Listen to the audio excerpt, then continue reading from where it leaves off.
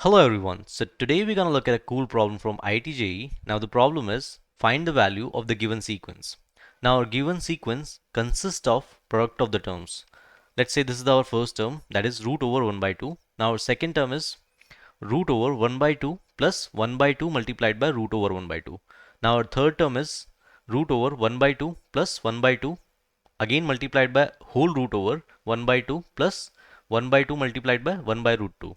Now this sequence is going up to infinity. We have to find the product of all these terms. So I'm going to solve this in the next slide, and feel free to pause the video and try this question.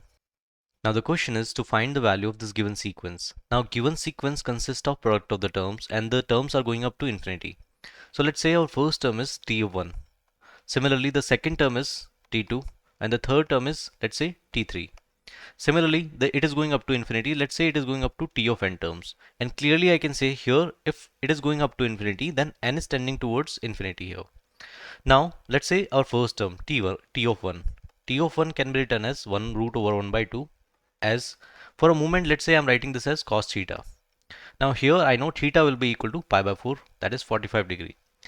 Now t2, I'm going to modify, that is root over 1 by 2 plus 1 by 2 times root over 1 by 2. Now previously I took 1 upon root over 2 is cos theta. So here I'm going to replace as root over 1 by 2 as cos theta. So if I replace as cos theta, I'll get this as 1 by 2 into cos theta. Similarly, I can rewrite this as root over 1 plus cos theta divided by 2 and root over. So if I open this cos theta in the direction of cos theta by 2, I'll get this as 2 cos square theta by 2 minus 1, and plus 1 will cancel out. So I'll get this as cos theta by 2. Similarly, T3. T3, if you observe, the term is 1 by 2 plus 1 by 2 multiplied by, this term is nothing but T of 2. Because you can observe here, T of 2 I'll carry from here, and the value of T of 2 I've calculated just now, that is cos theta by 2. So I'll replace here cos theta by 2. Now as you can see, we'll get a pretty good series because we can generalize first term, second term, third term, so on up to nth term we can generalize. So from here T3 I can easily write that will be equal to cos theta by 2 square, that is cos theta by 4. Similarly for the fourth term it will be theta by 2 raised to power 3, and so on, the power of 2 are increasing. Now as you can see, we'll get all the terms in the terms of cos theta, and I'm going to generalize all the terms. Now as I told you, I'm going to generalize all the terms in the terms of cos theta, as the theta is decreasing in every term, as you can see, by 2. Now previously I took this as t of 1 as cos theta, and here our theta was pi by 4. So that's why we got the first term as root over 1 by 2. Similarly t2 was cos of theta divided by 2. Similarly t3 is equal to cos of theta divided by 2 square. Now similarly, if I go on up to t of n, and n is tending towards infinity because our sequence is going up to infinity. So t of n, now we can generalize t of n from our previous terms. As you can see, if the lower index is 1, the power is 1 less. Suppose if t of 2 I am calculating, so we'll get t 2 raised to power 1 here. So for t of 3, the power of 2 will be 1 less. As you can see, 2 raised to power 2. So for t of n, we'll get cos of theta whole divided by 2 raised to power n minus 1, 1 less. Now I'm going to write all the terms here. That is cos theta multiplied by cos theta by 2 multiplied by cos theta by 2 square, and the sequence goes on up to t of nth term, that is cos of theta upon 2 raised to power n minus 1. Now here I have to apply a limit, that is limit n is tending towards infinity, because this sequence is going up to infinity.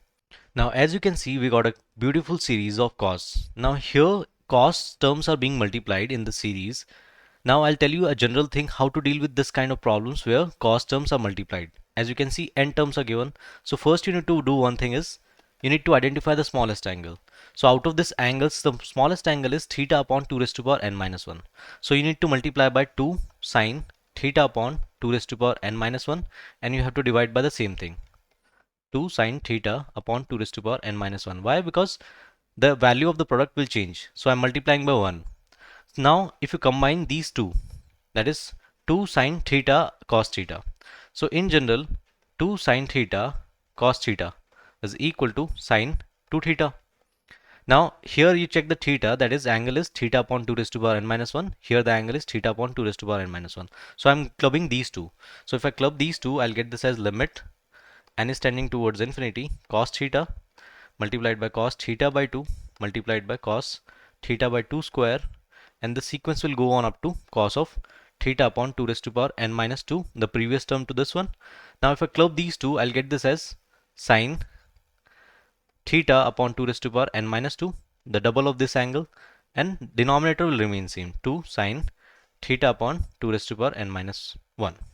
Now I'm going to explain you the reason why I multiplied by 2 sine theta upon 2 raised to power n minus 1, this term. Now you can think this as, let's say this is whole thing as uranium, okay, and this is my neutron gun. So this will trigger the reaction.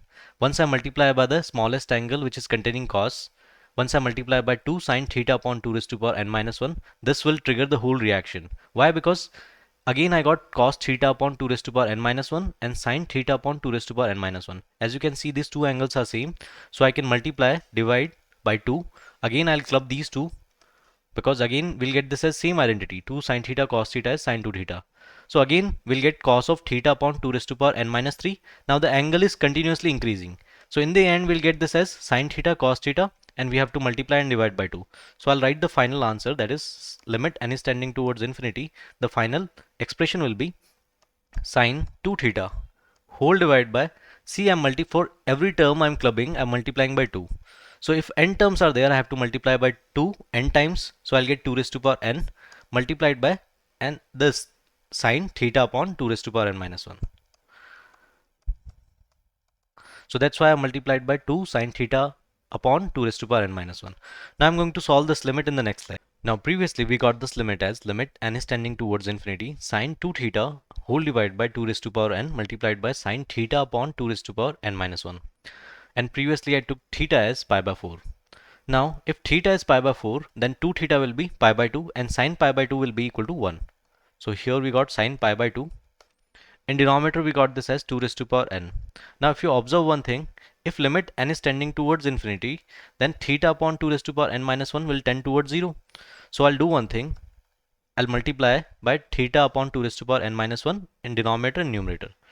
So theta upon 2 raised to power n minus 1, I'll multiply and I'll divide by the same thing in order to calculate this limit. Now our limit will be limit n is tending towards infinity. As you can see, sine pi by 2 is 1. Now here theta sine theta upon 2 raised to power n minus 1 upon theta upon 2 raised to power n minus 1. As you can see, sine of 0 upon 0, the limit will be equal to 1. Okay, so we got 2 raised to power n multiplied by theta, and this 2 raised to power n minus 1 will jump in numerator. Now as you can see, we got this as 1 upon 2 theta, because 2 raised to power n, 2 raised to power 1 will cancel out, and we got 2 raised to power minus 1. And our theta was pi by 4. So if you put the value of pi by 4 here, theta, we'll get this as 2 upon pi. So that will be our final answer, and that will be all.